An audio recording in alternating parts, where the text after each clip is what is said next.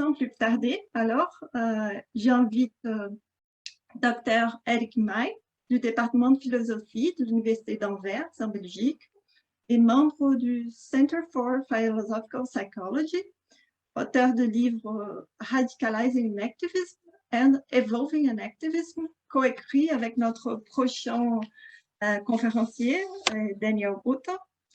Et le titre de la conférence de Dr. Myin is Massive Experiential Bloat. So, Monsieur Myin, je vous invite à partager l'écran, s'il vous plaît. La parole est à vous. So thanks to the organizers. It's a very nice symposium. Thanks for inviting me. I also want to express my regrets that I cannot attend every session. I do have exams to take this week. Normally, without COVID, I could have blocked the whole week, but with COVID, no such thing is possible. Good. I also apologize for my voice. There's not much I can do about it. I hope it will last. It's having difficulties. Good, but I'll try. Good. So I'm going to talk about massive experiential bloat. And the main aim of the talk is to plea or to give some considerations in favor of what I call a massively temporally bloated mind. And I want to contrast this massively temporally bloated mind with a punctuated mind. And what is the punctuated mind? Well, the punctuated mind is like the temporal equivalent of spatial internalism.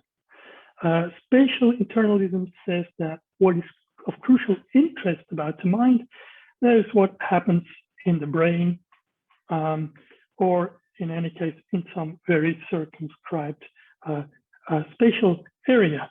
The punctuated mind, as the temporal equivalent of that, says that what is of crucial interest about the mind happens in a relatively short temporal window.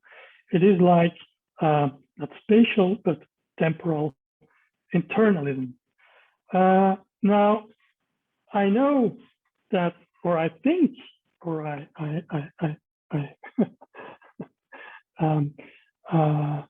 suspect that many of you already have sympathy for this unpunctuated, this bloaty, temporally bloaty mind.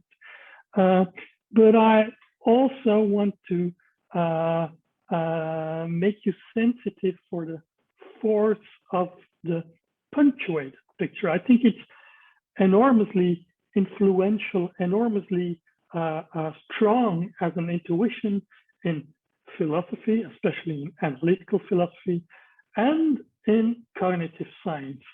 And you can find the intuitive appeal of it, perhaps by thinking of yourself sitting in a chair, enjoying experience, and it looks to you in that moment that everything of importance in your mind is contained in a short moment. In every moment, the wholeness of the mind is given to you.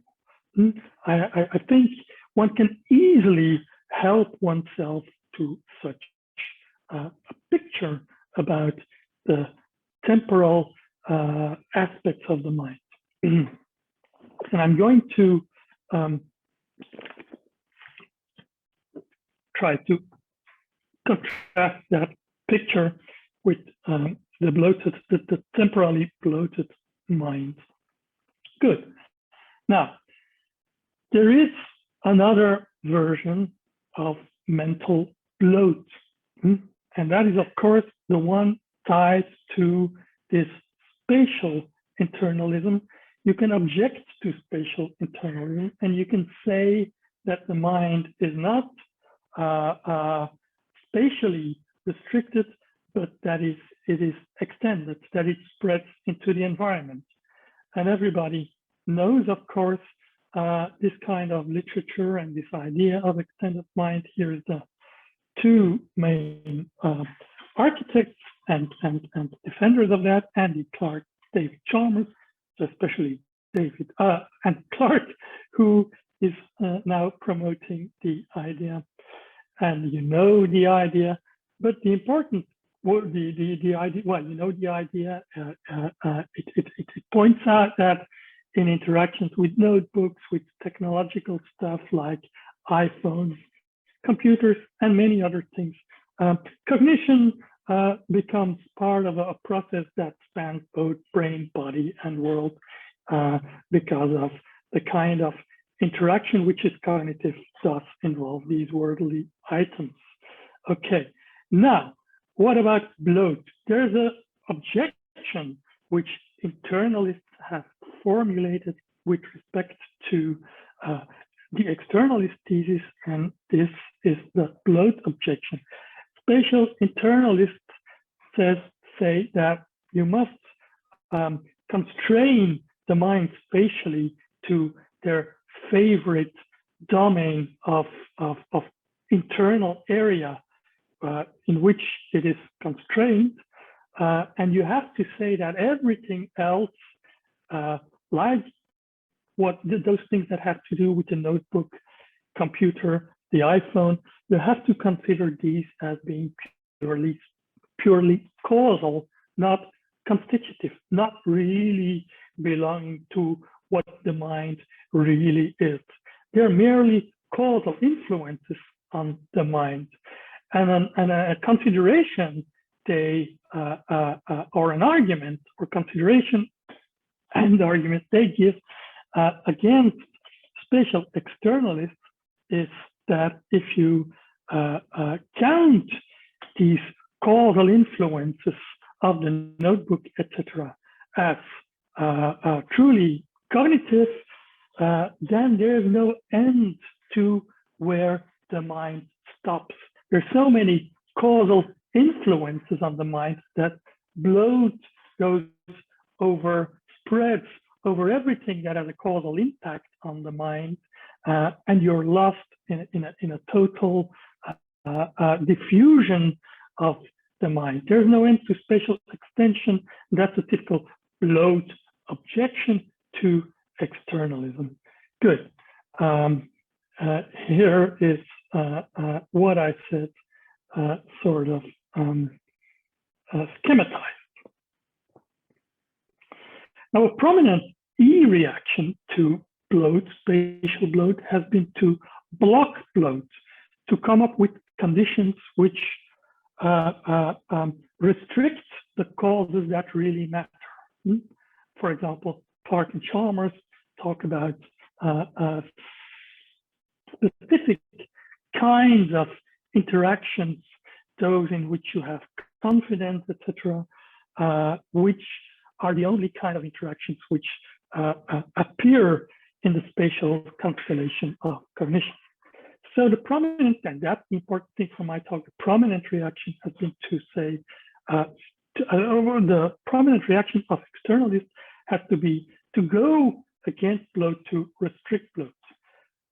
Now, with respect to mental bloat, version 2, temporal spread, I want to do exactly the opposite, and I think one should do exactly the opposite. One should allow the mind and experience to spread into time without real end. And that's massive mental or experiential bloat. Okay, so my advice is to go with the bloat. Temporal bloat gives you a reason for an activism and against its rivals, or so I think, so I will try to argue. Okay. I have a broader goal than giving some considerations in favor of and about temporal bloat, and that is to say something about what an activism is or should be as a philosophy. And this should be framed in what I think is important about how one should view philosophical thinking about the mind, it should be aimed at understanding. It should be aimed at answering why questions, at removing obstacles to understanding, at removing tensions, at removing this is impossible feelings, or removing tensions in your thinking. So a good philosophy of mind, philosophy of mind should promote understanding and remove tensions. Okay, good. This is the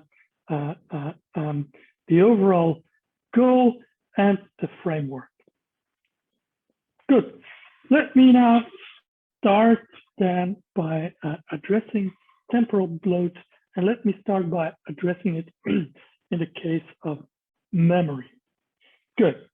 And one important aspect of memory, of course, is recall.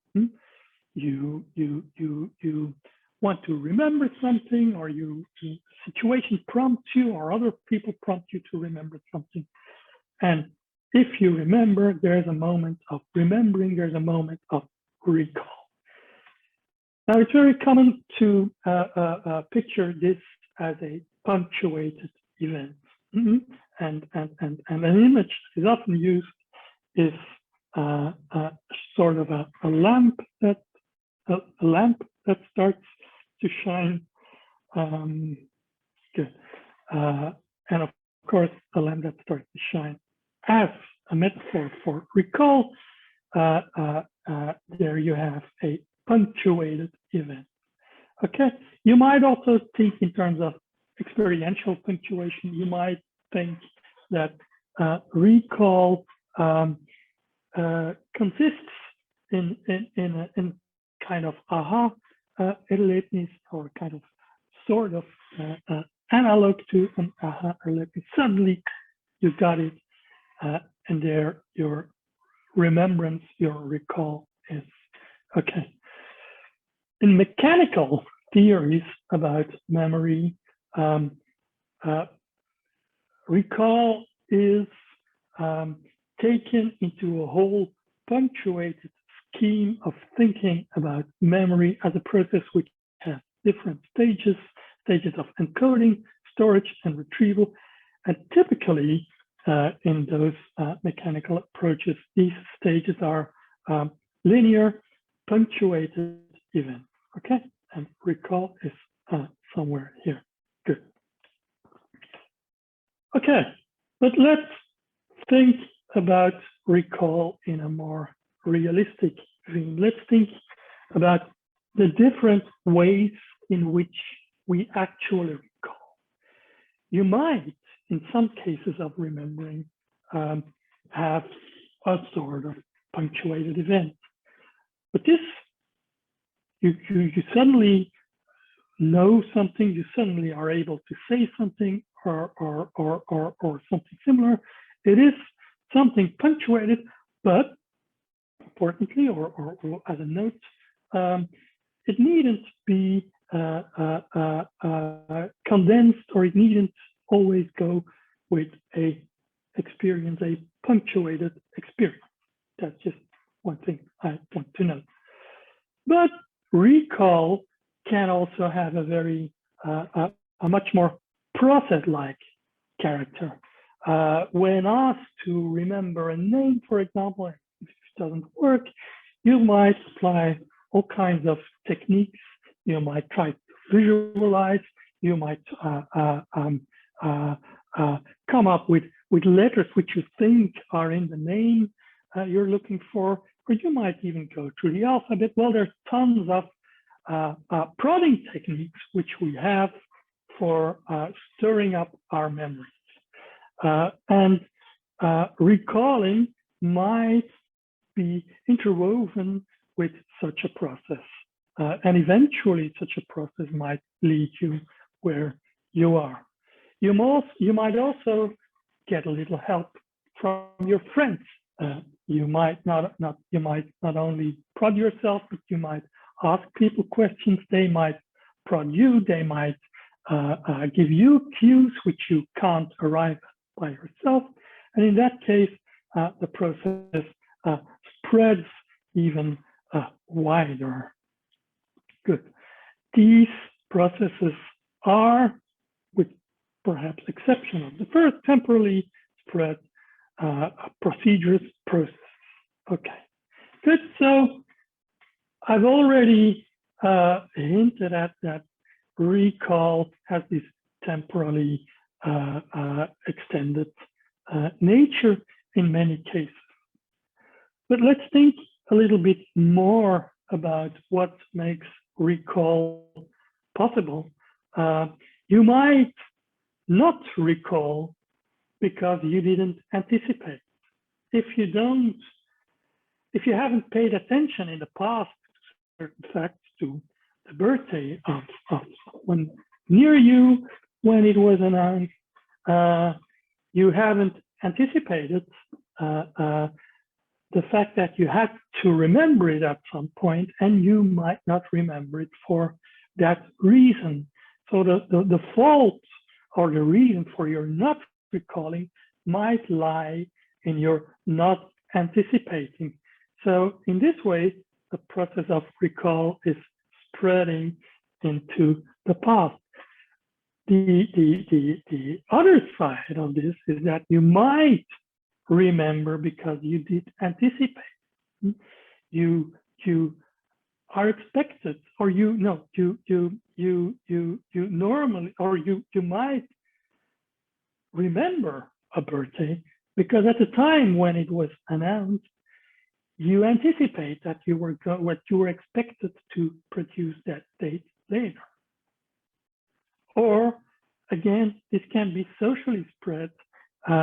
Someone might have made you anticipate, someone might have drawn your attention to the fact that something was, that birthday was announced, and then it would be important for you. So there can be a social aspect of anticipation.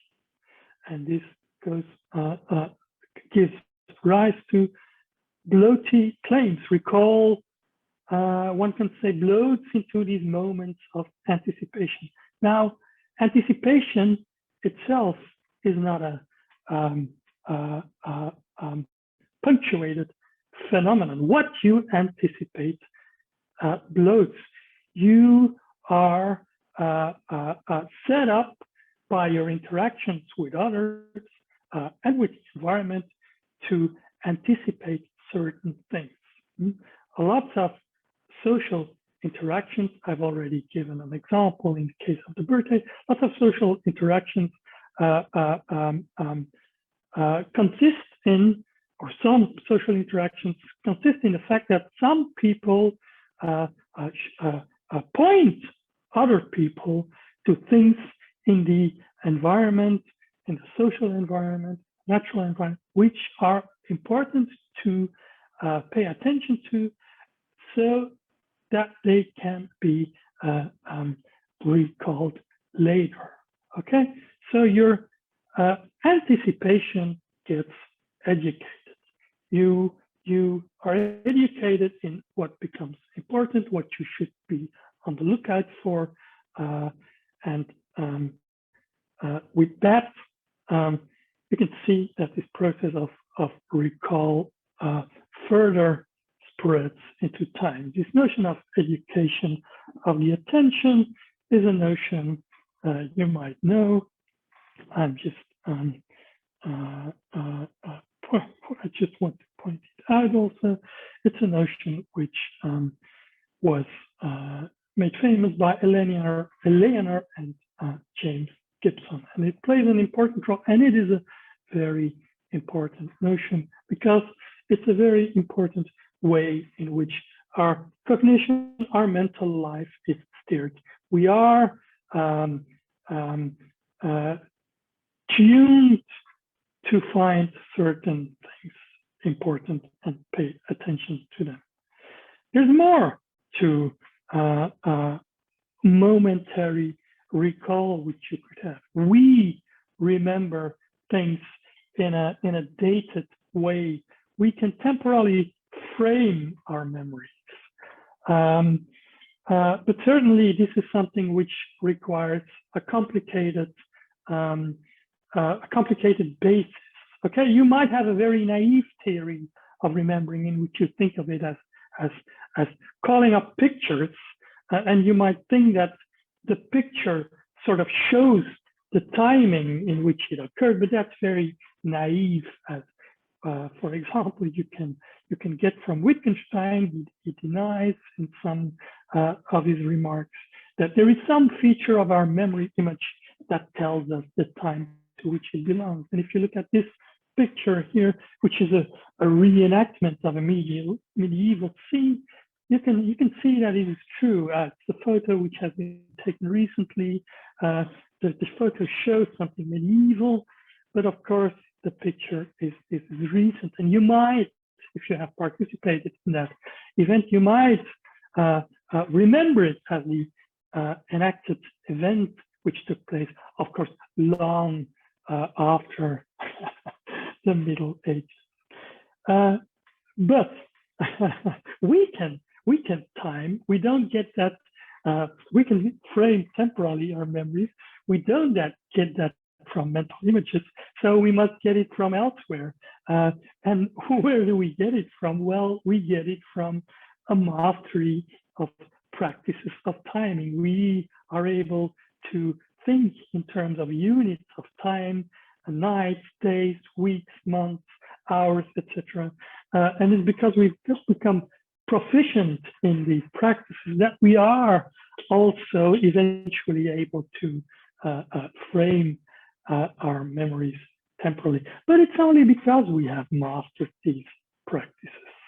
And there's more structure to remembering, which has a basis in developmental processes, in Evolving Enactivism, the second book by Dan and me. There's a chapter on memory in which much more detail and nuance than I can detail here, in which we argue that autobiographic memory requires mastery of truth-telling practices. If you are able to describe autobiographic facts, such as that you were engaged in some activity, and if you can frame that as your personal narrative, as something that happened in your personal history at a certain time, well, you are describing your practice in a way which is, so we say, which is indeed representational, but you can only do so because you have learned to represent. There's nothing about memory itself that is representational, but it can become representational once you master certain practices of describing things, of saying things in a way which can be evaluated for truth or falsity. Okay, it's only because you have because you master the practice of representing as a and as that. It's only because you have it as a socially, culturally acquired capacity that you are able to engage in those autobiographic practices, autobiographic memory feats. Okay, and you can only recall autobiographically because you have this basis. So there's a bold claim that I want to make and that I want to promote, and that's saying that recall spreads at least as far as your education of the attention, your practical mastery of timing, your practical mastery of representing spreads. And that's quite far. And you could even think about the antecedents of these capacities, etc. Okay. Somewhat more precisely, recall is what it is because of its history. That's important. That's important because it says something about what recall is. It is an essentially historical thing. There's no such thing as a contextual, a historical recall, according to spatial bloat, the spatial bloat idea that I am promoting.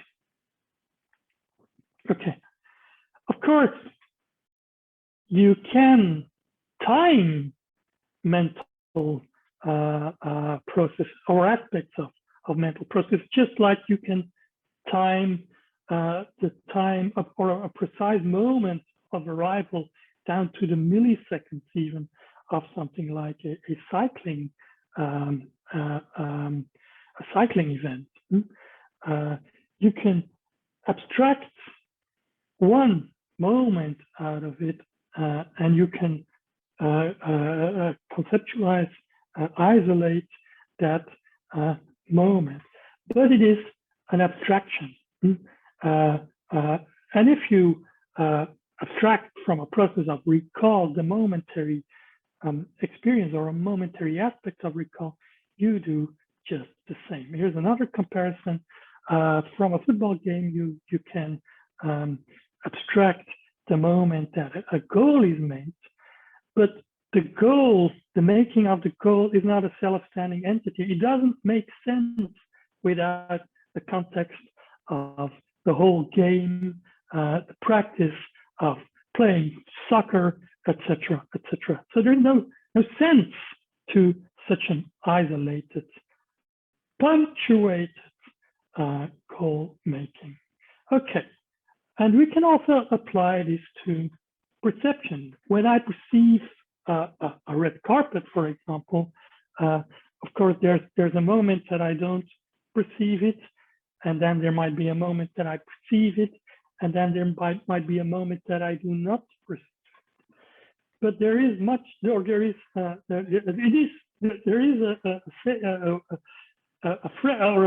passage in Merleau-Ponty's Phenomenologie de la Perception, in which he correctly observes this red patch which I see on the carpet would literally not be the same if it were not the woolly red of a carpet. And what he wants to, or one way of reading it, is that your experience, or you experience what you experience because of your previous encounters with red carpets and lots of other objects. So though the moment or the perceiving could be restricted temporally, the perception and the experience is only what it is because you've had this previous experience. There's temporal bloat, despite the fact that you can make this abstraction. Okay, and now I connect to the first book, which Dan and I wrote. There we used, or we endorsed this idea of temporal bloat, what we call the Developmental-Explanatory Thesis, which we were committed to, and thereby we were committed to correct the position we defended, radical and active cognition, active embodied cognition. And we said we are committed thereby, by being committed to the Developmental-Explanatory Thesis, to a thesis which holds that mentality constituting interactions are grounded in, shaped by, and explained by nothing more or other than the history of an organism's previous interaction. Sentience and sapience emerge through repeated processes of organismic engagement with environmental offerings. For organisms capable of learning, it is this and nothing else that determines which aspects of their world are significant from them. Okay, so minds are thoroughly temporal, and to understand minds is to understand this temporal background. Good. Back to the punctuated mind now. Punctuated mind is this idea that the mind experience is self-contained in every moment. And I've tried to pull you away from that picture, and I'm going to try to pull you the other direction. Think again about yourself lying in a comfy chair and having some quiet experience. It might look to you as everything everything that is in experience is given at this moment. And I think this punctuated picture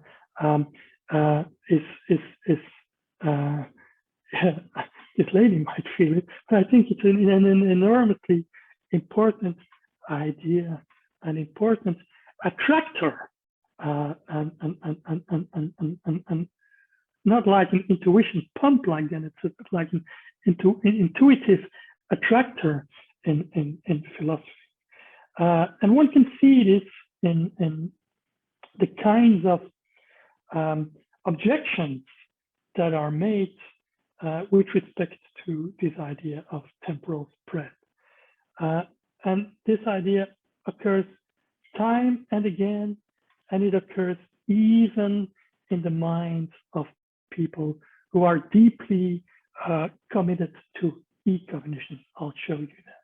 And this is the fatal objection, or this is the idea, the intuition that minds could have been created at an instant.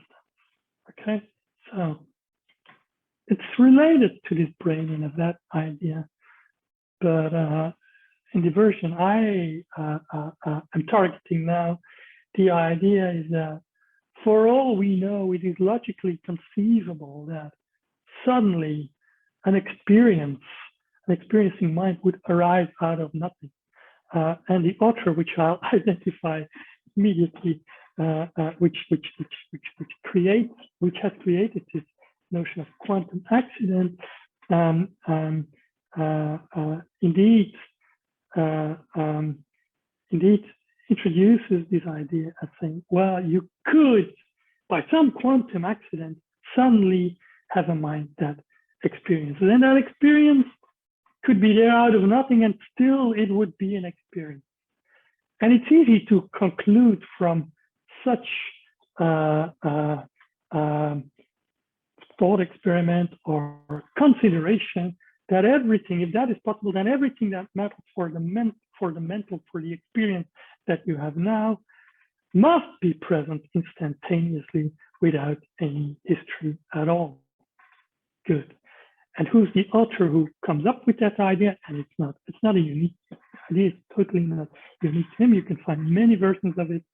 But in this case, I think it's significant that it's Andy Clark who comes up with this idea of the possibility of punctuated, instantaneously arisen experience.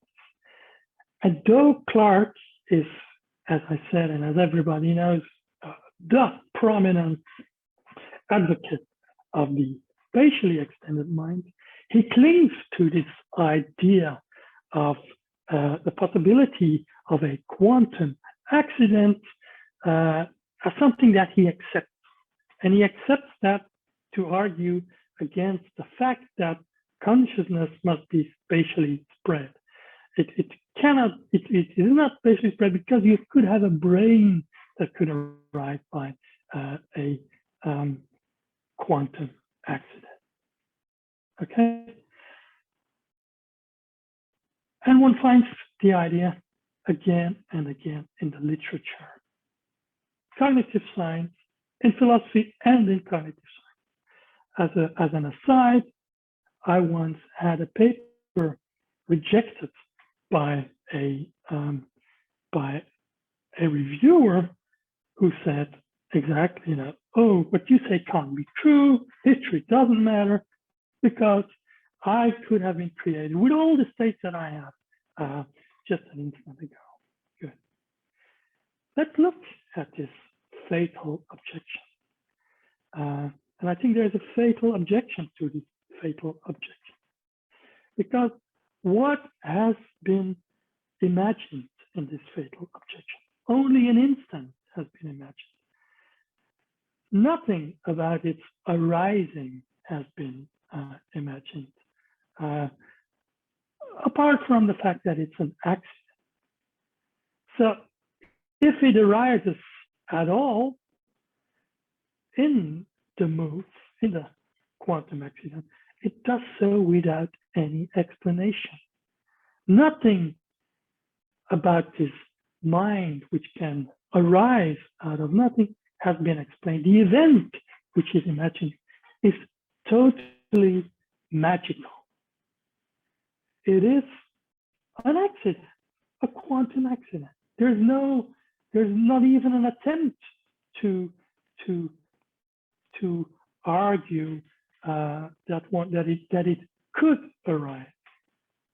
Okay, so to this question, are you really just a cosmic accident? I think we can answer no.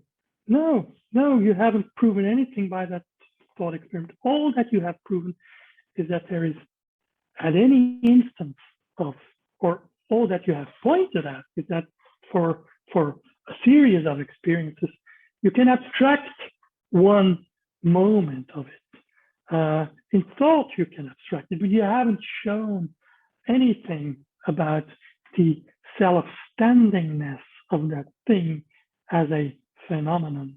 You've only proved something at the conceptual level. You have not proved anything about the mind or experience. Good. And I think you can see this more clearly, or you can see this, or this revealed if you compare the quantum accident thinking about the mind to a similar kind of thinking about biology. We all know these thought experiments in which the universe was created. Well, actually some religious fundamentalists cling to that also, in which the universe was created a moment ago with all fossils, etc. The idea of instant creation, but nobody, no serious biological theorist thinks that this idea of instant creation poses any threat at all to evolutionary biology. And why isn't it a threat? Well, that's for explanatory reasons. Instant creation is totally non-explanatory. You don't get any wiser in terms of explanation, in terms of answering why questions. So in terms of understanding, as I indicated, it should be pursued by philosophy. You haven't gained anything in that respect. Now, if it is an illusion, oh, sorry, this got things wrong. Why not? Why not? This got things inverted.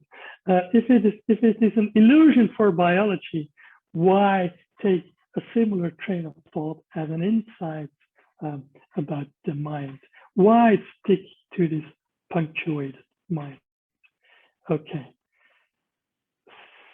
Okay, return to bloat. Bloat is broad.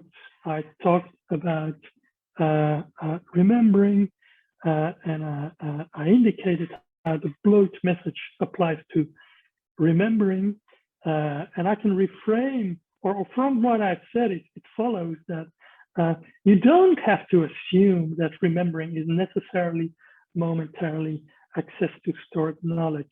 It can be this temporally extended process, and it's not punctuated in the way in which this picture of momentary access to stored knowledge is. And similarly, when you think about speaking a language, you can analogously reason that from, or see that from bloat follows that speaking meaningful is not necessarily momentary access to stored lexical and syntactic knowledge.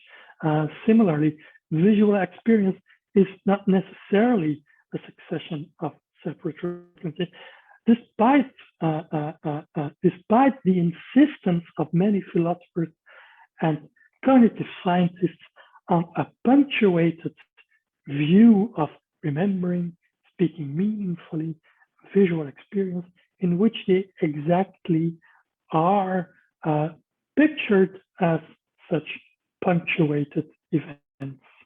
And one reason, I think, one reason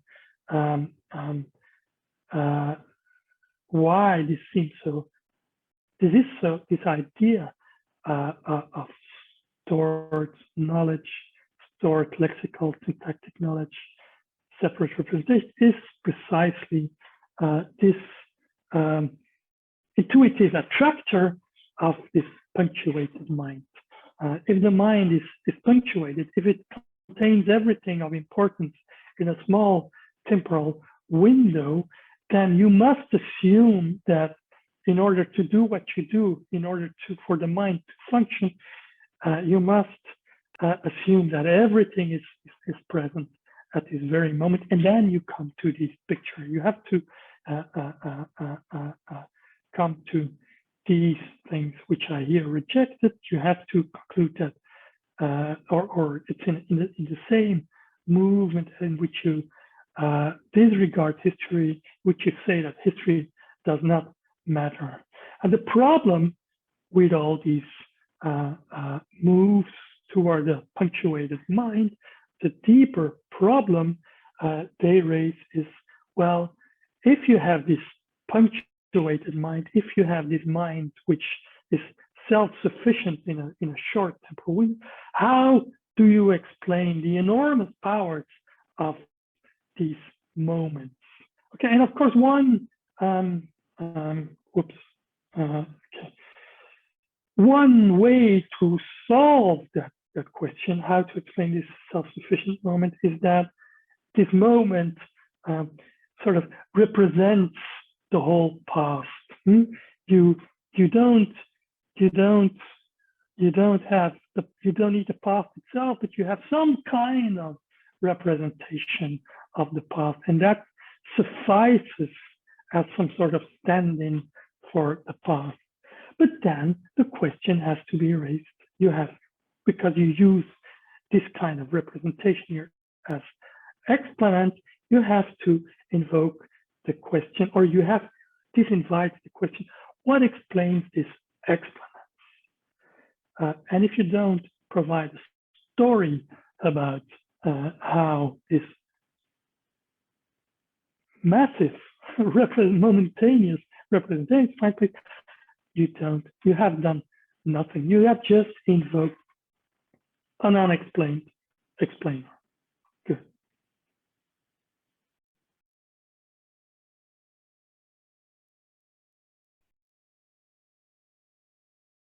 Good. Let me finish with a few slides. Let me present you with what I think is a quote which nicely captures some of the things I wanted to say.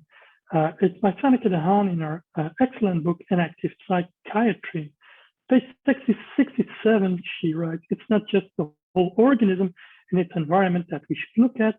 We should more specifically look at the organism in interaction with its environment. The interaction is a constant back and forth, acting and reacting, mutually adapting and changing. Because of the dynamical nature of interaction, it is not just the present relation that counts, but also the history of couplings that has shaped the present interactions.